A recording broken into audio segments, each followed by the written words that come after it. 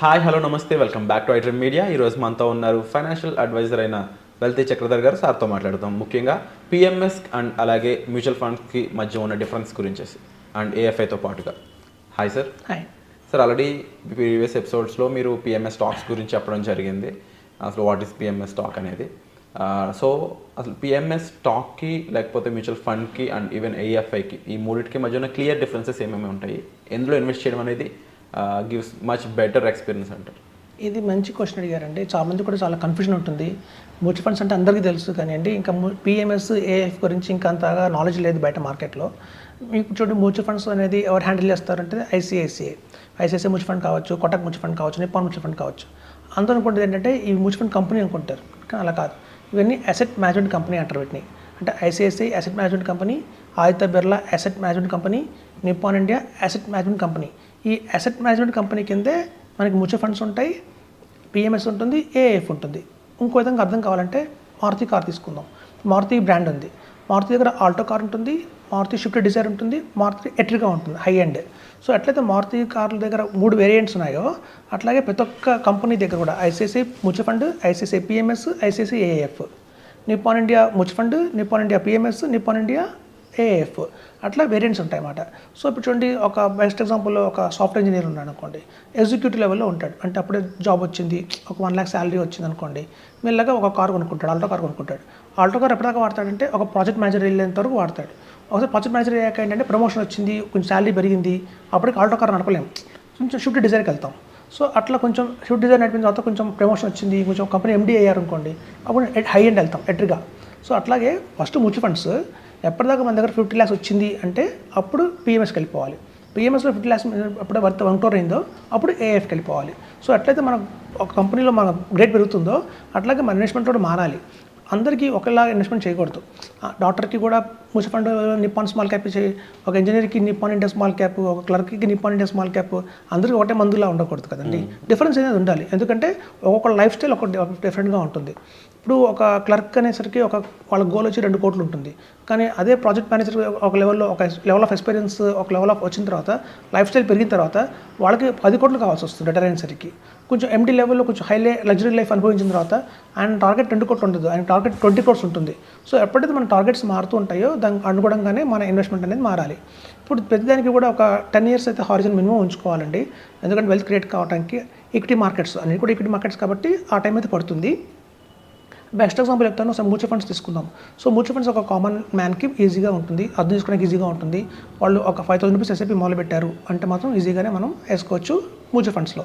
దానికి కొంచెం పైకి వెళ్ళిన తర్వాత 50,000 రూపీస్ ఎస్ఐపి వేస్తున్నాం, మంత్లీ మేము 1 lakh ఎస్ఐపి వేస్తున్నాం, కొంచెం అంత కెపాసిటీ వచ్చినప్పుడు ఆటోమేటిక్గా పిఎంఎస్కి వెళ్ళిపోవాలి. అయితే అసలు డిఫరెన్స్ ఏంటి మేజర్గా అంటే, మ్యూచువల్ ఫండ్స్లో చూడండి, మనకి అవుట్ ఆఫ్ 500,000 స్టాక్స్లో నుంచి ఫిల్టర్ చేసి 150 స్టాక్స్ పట్టుకొస్తారు మ్యూచువల్ ఫండ్స్లో. ఫర్దర్గా ఈ మ్యూచువల్ ఫండ్లో 150 స్టాక్స్ని ఫిల్టర్ చేసి పట్టుకొస్తారు 30 స్టాక్స్ కింద, అది పిఎంఎస్. మరి ఏఎఫ్ ఏంటంటే ఇట్లా ఫిల్టర్ చేసిన 30 స్టాక్స్లోంచి ఒక 20 మాత్రమే తీసుకుంటారు ఏఎఫ్లో.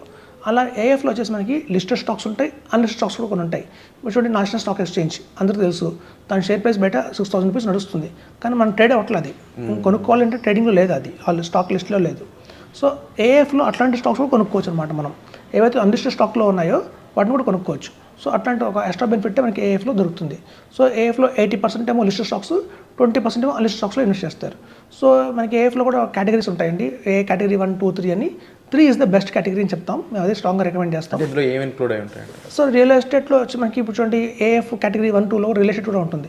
రియల్ ఎస్టేట్ అని, ప్రైవేట్ ఈక్విటీ అని అలా కొన్ని ఉంటాయి అన్నమాట, ఏంజల్ ఇన్వెస్టర్స్ అంటారు వాటిని. సో అవి మనం జనరల్గా రికమెండ్ చేయము. మనకున్న పరిధిలో మనం చేసుకోవాల్సిన బెస్ట్ ఏంటంటే కేటగిరీ 3. సో ఏఎఫ్లో ఒక అడిషనల్ బ్యూటీ ఏంటంటే ట్యాక్స్ పడదు. మనకి ఎంతైతే చూడండి మ్యూచువల్ ఫండ్స్లో కానివ్వండి, పిఎంఎస్లో కానివ్వండి, ఎంత గెయిన్ వస్తే అంత గెయిన్ మనం ట్యాక్స్ కట్టాల్సి వస్తుంది.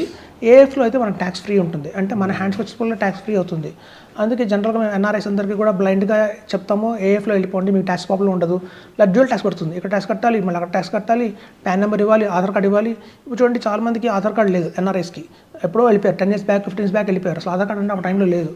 వాళ్ళందరూ ఎన్ఆర్ఐ అకౌంట్స్ ఉంటాయి. సో వీళ్ళన్నీ కూడా ఏంటంటే కాంప్లికేషన్స్ చాలా ఎక్కువ ఉంటాయి వాళ్ళు ఇన్వెస్ట్ చేయడానికి ఈక్విటీ మార్కెట్లో ఇండియాలో, అయితే ప్రీమియస్లో కావచ్చు, మ్యూచువల్ ఫండ్స్లో కావచ్చు. సో వాళ్ళందరికీ కూడా మనకి బెస్ట్ ఇన్వెస్ట్మెంట్ ఏదంటే ఏఎఫ్. Alternate investment fund. ఇందులో ఎన్ఆర్ఐస్ ఎలా అంటే వాళ్ళకి పాన్ కార్డ్ లేకుండా కూడా ఇన్వెస్ట్మెంట్ చేయొచ్చు. త్రూ గిఫ్ట్ సిటీ అని ఒకటి ఉంటుంది గుజరాత్లో, దాని నుంచి కూడా ఇన్వెస్ట్మెంట్ చేసుకుంటాం మేము. సో అట్లా ఆ రూట్లో కనుక తీసుకుంటే మాత్రం కేవలం $1,25,000 రూపంలో వాళ్ళు ఇన్వెస్ట్మెంట్ చేయొచ్చు. వచ్చిన ప్రాఫిట్ కూడా వాళ్ళ డాలర్స్లోనే వాళ్ళు తిరిగి ఇస్తాం కాబట్టి వాళ్ళు హ్యాపీగా అక్కడ వాళ్ళకి అసెట్ కొనుక్కోవచ్చు, అక్కడ చిల్డ్రన్ ఎడ్యుకేషన్ కోసం ఉపయోగపడచ్చు, అట్లా చేయొచ్చు. సో బేసికల్గా ఇదండి మ్యూచువల్ ఫండ్ పిఎంఎస్కి ఏఎఫ్కి అర్థం కావడానికి మన మారుతి కార్లో ఎట్లయితే ఆల్టో ఉంటుందో ఆల్టో, స్విఫ్ట్ డిజైర్, ఎట్రిగా డిఫరెన్సెస్ ఏంటి అనేది అలా ఉంటుందో, ఒక హై ఎండ్కి వెళ్తున్న కొద్దీ మనం ఎలా మార్చుకుంటున్నామో అలాగే మ్యూచువల్ ఫండ్స్ అనేది కొంతకాలమేనండి. 5th క్లాస్ వచ్చేసరికి 5th క్లాస్ వచ్చాయి అంటే ఆటోమేటిక్గా పిఎస్కి మూవ్ అయిపోవాలని చెప్తున్నాను. సో అది మెయిన్ డిఫరెన్స్ అండి. అండ్ ముఖ్యంగా సార్ మీరు యూఎస్లో ఉండే వాళ్ళు ఇందులో ఇన్వెస్ట్ చేయొచ్చు అని చెప్తున్నారు కదా, అక్కడ ఉండే వాళ్ళకి ఇంకా ఎలాంటి ఫెసిలిటీస్ ఉంటాయి ఇందులో ఇన్వెస్ట్ చేయడం ద్వారా? లైక్ ఈజీగా ఇన్వెస్ట్ చేసే ప్రొసీజర్ ఏ విధంగా ఉంటుంది, ఇన్వెస్ట్ చేశాక విత్డ్రాల్ ప్రొసీజర్ ఏ విధంగా ఉంటుంది, ఇక్కడ నామినీ కింద ఏమన్నా పెట్టాల్సి ఉంటుందా ఆ ప్రొసీజర్? లేదండి, యాక్చువల్గా ఎన్ఆర్ఎస్కి నామినీ కూడా ఎన్ఆర్ఐ ఉండొచ్చు. ఎందుకంటే జనరల్గా పిల్లలను కూడా ఇవాళ రేపు పిల్లలు కూడా అమెరికాలో పుడుతున్నారు, వాళ్ళు కూడా సిటిజన్షిప్ వచ్చేస్తుంది. సో అట్లాంటినప్పుడు వాళ్ళకి ఇండియాలో కంటే కూడా మనకు మ్యూచువల్ ఫండ్స్ పిఎంఎస్లో కంటే కూడా ఏఎఫ్లో అయితే బెటర్గా ఉంది. ఏఎఫ్లో మనకు వచ్చేసి ఏంటంటే నేను చెప్పినట్టు గుజరాత్లో మనకున్న ఈ గిఫ్ట్ సిటీ నుంచి ద్వారా కూడా ఇన్వెస్ట్మెంట్ తీసుకుంటాం మేము. వాళ్ళకి ప్యాన్ ఉంటే సరిపోతుంది, అది కూడా లేకపోయినా పర్వాలేదు. ఇండియాలో బ్యాంక్ అకౌంట్ ఉన్నా లేకపోయినా కూడా పర్వాలేదు, యూఎస్లోనే బ్యాంక్ అకౌంట్తోనే మనం ఇన్వెస్ట్మెంట్ చేయొచ్చు. సో ఇట్లాంటి బెనిఫిట్స్ అన్నీ కూడా మనకి ఏఎఫ్లో ఇస్తున్నాము. So $1,25,000 is minimum investment. వాళ్ళు విత్డ్రా చేసినప్పుడు కూడా డాలర్స్లోనే వెళ్తుంది. సో కాబట్టి మళ్ళీ వాళ్ళకి ఏంటంటే ఎక్స్ట్రా మళ్ళీ ఏమి మనకి అమౌంట్ ప్రాబ్లం రాకుండా ఉంటుంది ఫర్దర్గా. సో ఇన్వెస్ట్మెంట్ డాలర్స్లో జరుగుతుంది, తీసుకునే రిటర్న్ కూడా డాలర్స్లోనే ఉంటుంది. సో వాళ్ళకి పోర్టల్ ఇస్తామండి, ఆ పోర్టల్లోనే ఆన్లైన్లో మీరు చెప్పినట్టుగా పార్షల్ విత్డ్రాల్ చేసుకోవచ్చు, ఫుల్ విత్డ్రాల్ చేసుకోవచ్చు, అలాంటి ఫర్దర్గా చాలా చేసుకోవచ్చు. అంతా ఆన్లైన్ అకౌంట్ ఓపెన్ చేసేస్తాము కాబట్టి ఏంటంటే ఫిజికల్గా ప్రెజెన్స్ కూడా అవసరం లేదు. సో అక్కడ ఉంటూనే కూడా ఇన్వెస్ట్మెంట్ చేయొచ్చు, యూఎస్ కెనడా కూడా చేయొచ్చు. సో ఇది ఒక బెస్ట్ ఆప్షన్ అండి ఏఎఫ్ అనేది, ఎస్పెషల్లీ ఎన్ఆర్ఐస్కి అయితే ఎట్లాంటి హ్యాజిల్ ఫ్రీ లేకుండా కూడా చేయొచ్చు. ఇంట్లో ఇంక్లూడ్ అయ్యే బ్రాండ్స్ అనేవి ఏ విధంగా ఉంటాయి సార్ మామూలుగా? ఇది జనరల్గా ఐసిఐసిఐ వాళ్ళది ఉంటుందండి, ఐసిఐసిఐ కానీ మోతిలాల్ ఓస్వాల్ కానివ్వండి, కొంచెం మంచి మంచి ఏఎఫ్స్ ఉన్నాయి, చాలా కంపెనీస్ ఉన్నాయి, ప్రైవేట్ కంపెనీస్ కూడా చాలా ఉన్నాయి ఇందులో, బయట వాళ్ళది కూడా కావచ్చు, అలా మంచి మంచి ఏఎఫ్స్ చాలా ఉన్నాయి. సో వాళ్ళవన్నీ కూడా రిటర్న్స్ బాగానే వస్తున్నాయి. ఈవెన్ నిప్పాన్ కూడా చాలా ఎక్సలెంట్ అని చెప్పొచ్చు ఏఎఫ్లో. పిఎంఎస్లో వాళ్ళ పర్ఫార్మెన్స్ కొంచెం తగ్గింది కానివ్వండి, బట్ వేరే ఏఎఫ్లో కూడా దర్ లీడింగ్ అని చెప్పొచ్చు. మ్యూచువల్ ఫండ్స్లోనూ ఏఎఫ్లోనూ నిప్పాన్ ఇస్ నెంబర్ 1 అని చెప్పొచ్చు. హిస్టారికల్గా హైయెస్ట్ రిటర్న్స్ ఏమైనా చెప్పగలరా సార్ దీనికి? 28-35% డెసెంట్ రిటర్న్ అయితే లాస్ట్ పర్ఫార్మెన్స్లో వచ్చారండి. పాస్ట్ పర్ఫార్మెన్స్ చూస్తే మనకు 28-38% ఉంది. మనకు అందులో కూడా ఏంటంటే ట్యాక్స్ ఫ్రీ కాబట్టి ఎక్స్ట్రాడినరీ రిటర్న్ అని చెప్పొచ్చు. సో మోర్ ఓవర్ ఏంటంటే ఒక లంసమ్గా ఇన్వెస్ట్ చేసే వాళ్ళకి ఇప్పుడు చూడండి, మనం 1 crore ఉందనుకోండి, 1 crore మ్యూచువల్ ఫండ్లో ఇన్వెస్ట్మెంట్ చేయాలంటే ఒక ఫండ్లో ఇన్వెస్ట్మెంట్ చేయలేం, ఒక 10 ఫండ్స్లోకి డిస్ట్రిబ్యూట్ చేస్తాం, 10 lakhs లాగా. ఆ 10 fundsలో డిస్ట్రిబ్యూట్ చేసేసరికి వల్ల ఏమవుతుందంటే మనకు తెలియకుండానే ఒక్కొక్క స్టాక్లో ఒక్కొక్క ఫండ్లో వచ్చి 150 స్టాక్స్ ఉంటాయి, మనకి 1500 స్టాక్స్ మనం ఇన్వెస్ట్ చేసాం. సో 1500 స్టాక్స్ మనం ఇన్వెస్ట్ చేసాము, ఇండైరెక్ట్గా అంటే రిటర్న్స్ అయిన రావు, ఇన్ జనరల్గా రావు. ఇంకా పెద్ద పెద్ద వాళ్ళందరూ కూడా ఏంటంటే నేను పోర్ట్ఫోలియోస్ మేనేజ్ చేయలేరు, ఎందుకంటే అన్ని ప్రతి ఒక్క ఫండ్ని మనం స్టడీ చేయాలి, దాన్ని తీసుకోవాలి, దాన్ని అబ్జర్వ్ చేయాలి అంటే కూడా అయ్యే పని కాదు. సో కాబట్టి అంటే ఒక బెస్ట్ వే 1 crore పెట్టేసామంటే ఒక ఏఎఫ్లో ఈ 1 crore కూడా ఒకసారి ఇవ్వక్కర్లేదండి, 10 lakhs లాగా 10 months కూడా ఇవ్వచ్చు, ఆ ఫెసిలిటీ కూడా ఉంది. లేదా ముందు 25 lakhs ఇచ్చి తర్వాత 25 lakhs కూడా ఇవ్వచ్చు. అలాంటి కాంబినేషన్స్ చాలా ఉన్నాయండి మనకి ఏఎఫ్లో. లంసమ్గా కూడా ఒకసారి 1 crore ఇవ్వాల్సిన అవసరం లేదు, ఉంటే ఇవ్వచ్చు, లేదంటే కూడా పార్ట్స్ లాగా కూడా ఇవ్వచ్చు. అలా కూడా ఏఎఫ్ తీసుకుంటుంది. అయితే 1 yearలో మనం కంప్లీట్ చేయాలి అంతే. ఐ థింక్ మోర్ ఓవర్ మన డొమెస్టిక్ కంటే కూడా అంటే ఇండియన్స్ కంటే కూడా ఫారినర్స్కి దీనికి ఎన్ఆర్ఐస్కి ఎక్కువ వస్తుంది, వాళ్ళు ఈజీగా ఇన్వెస్ట్ చేయొచ్చు అనిపిస్తుంది. ఎందుకంటే డాలర్ వాల్యూ బట్టి చూసుకున్నట్లయితే దీనికి తగ్గ అమౌంట్ వాళ్ళ దగ్గర ఈజీలీ ఇన్వెస్టింగ్ కనిపిస్తుంది కాబట్టి. అండ్ ఈవెన్ ఇండియాలో చూసుకుంటే వాళ్ళ పర్సెంటేజ్ తక్కువ అని చెప్పొచ్చు, but crores of amount invest చేయాలనుకున్నప్పుడు చాలా మందికి బెటర్ ఆప్షన్స్ ఇంత ఈజీగా లేవు చెప్పాలంటే, అదర్ దెన్ ల్యాండ్ ఒకటే కనిపిస్తుంది. ఇప్పుడు చాలా మంది కూడా అవేర్నెస్ బాగా వచ్చిందండి ఏఎఫ్. మాకు కన్సల్టేషన్స్ 2-3 వస్తున్నాయి ప్రతి మంత్ ఈజీగా 2 crores 3 crores ఉన్న వాళ్ళు కూడా ఈజీగా హ్యాజిల్ ఫ్రీగా ఇన్వెస్ట్ చేస్తున్నారు. ఇది ఒక బెటర్ ఆప్షన్గా తీసుకుంటున్నారు. ఎస్పెషల్లీ మన ఏపీ తెలంగాణలో లేదండి, వేరే చూస్తే మనకి బాంబే, చెన్నై, బెంగళూరులో ఏఎఫ్ కానివ్వండి, పిఎంఎస్ కానివ్వండి, ఆల్మోస్ట్ సాచురేషన్ పాయింట్కి వచ్చేసంటే మీరు అర్థం చేసుకోండి.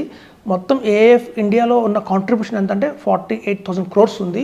సో అంత వాల్యూమ్ ఉన్న బిజినెస్ ఇది, యాక్చువల్గా ఆల్రెడీ అయిపోయింది, ఇది పాస్ట్లో అంత అమౌంట్ అయితే ఉంది. సో కాబట్టి ఏంటంటే అవేర్నెస్ బాగా పెరిగిందండి, ఇప్పుడిప్పుడే సౌత్కి వస్తుంది, ఇప్పుడు కొంచెం అవేర్నెస్ పెరుగుతుంది. సో హోప్స్ మన ఏపీ తెలంగాణలో కూడా మంచి ఇన్వెస్టర్స్ ఉంటారు ఇందులో అని చెప్పి మనం ఆశిద్దాం. Wonderful sir. సో తప్పకుండా ఏపీ తెలంగాణ నుండి ఎక్కువ అమౌంట్ మన దగ్గర చేతిలో ఉండి దాన్ని ఇన్వెస్ట్ చేద్దాము, అదర్ దెన్ ల్యాండ్ కన్నా బెటర్ ప్లేస్ లేదా అని ఎవరైనా ఆలోచిస్తున్నారా, మీ దగ్గర ₹1 కోటి 2 కోట్లు ఈజీగా ఇన్వెస్ట్ చేయడానికి ఒక లేటెస్ట్ ఇన్వెస్ట్మెంట్ ఆప్షన్ మనకి ముందుకి సార్ చెప్పడం జరిగింది. దానికి సంబంధించి మరింత ఇన్ఫర్మేషన్ కోసం మీ డిస్ప్లే అవుతున్న నెంబర్స్ కాల్ చేసి సార్తో మాట్లాడవచ్చు. Thank you so much. Thank you అండి.